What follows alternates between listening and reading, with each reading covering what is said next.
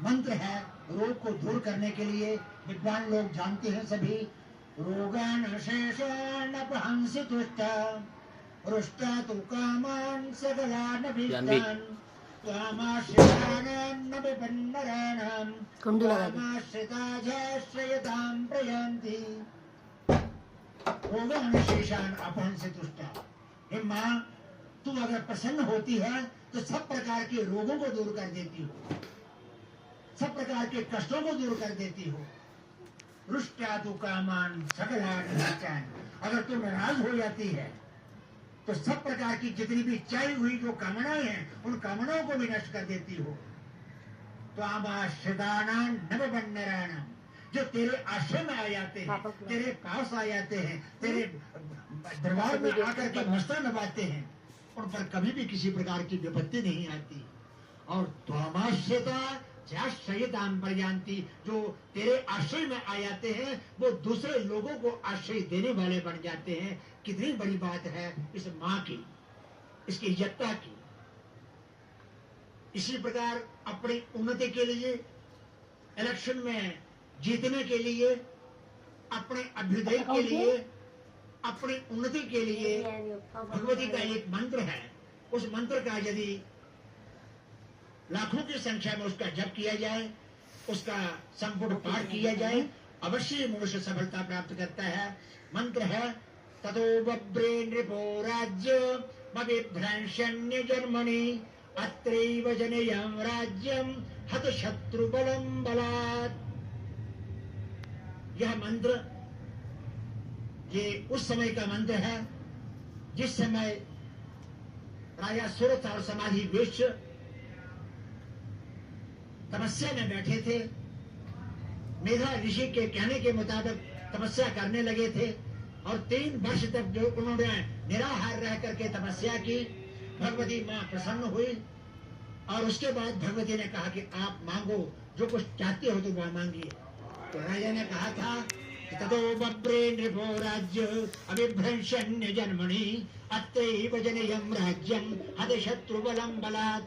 क्योंकि उसका राज्य जो था वो खो चुका था और उसने कहा कि मेरा राज्य, पुनरावर्ती राज्य जो है मुझे प्राप्त होना चाहिए। और जो मेरे शत्रु हैं, जो मेरे प्रतिद्वंदी हैं, जिन्होंने मेरे राज्य को छीन लिया है, और वो शत्रु पराभव को प्राप्त हो और मेरा राज्य मुझे मिल जाए। इस मंत्र का अपनी अपनी कामना के अनुसार अधिक से अधिक जप, और इसका एक विधान के जब जब हो उसके दशांश हवन जो एक बिल्व फल होता है, बिल्व फल के टुकड़ों को घी में भिगो करके आहुति देने से मनुष्य की कामना पूर्ण होती है।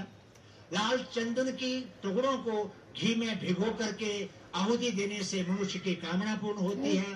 कमल की पंखुड़ियों को उसमें घी में भिगो करके आहुति देने से मनुष्य की कामना पूर्ण होती है।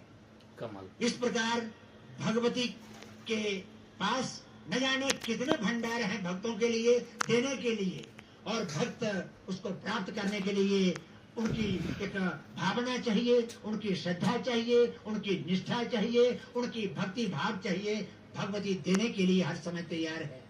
माँ अपने पास कुछ नहीं लगती, वो कहती है कि मेरे जो बच्चे हैं जो मेरे से जो कुछ मांगे, माँ हमेशा उनकी इच्छाओं को पूर्ण करने वाली होती है।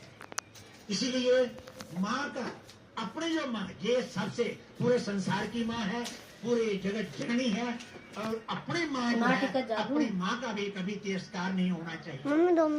इसलिए अपनी माँ को हम यदि तिरस्कार थक गए, सब जन थक गए। आकर इसके पास हम आगे कुछ मांगेंगे, ये कहेगी तुमने अपनी माँ की तो पूजा नहीं की, अपनी माँ की बातों तुमने मानी नहीं, मेरे से आकर के तुम मेरे को दे दोगे। इसलिए अपने माता पिता, अपने गुरुजन, अपने बड़े भाई, अपनी बहनें और समाज में एक समरसता ला करके आप देखेंगे कि यदि इस प्रकार की ऐसी बात होगी तो आप दरबार में आकर के माँ के सामने वस्त्र लगाएंगे, अवश्य ही आपकी कामनाएं जो है वो भगवती पूर्ण करेगी।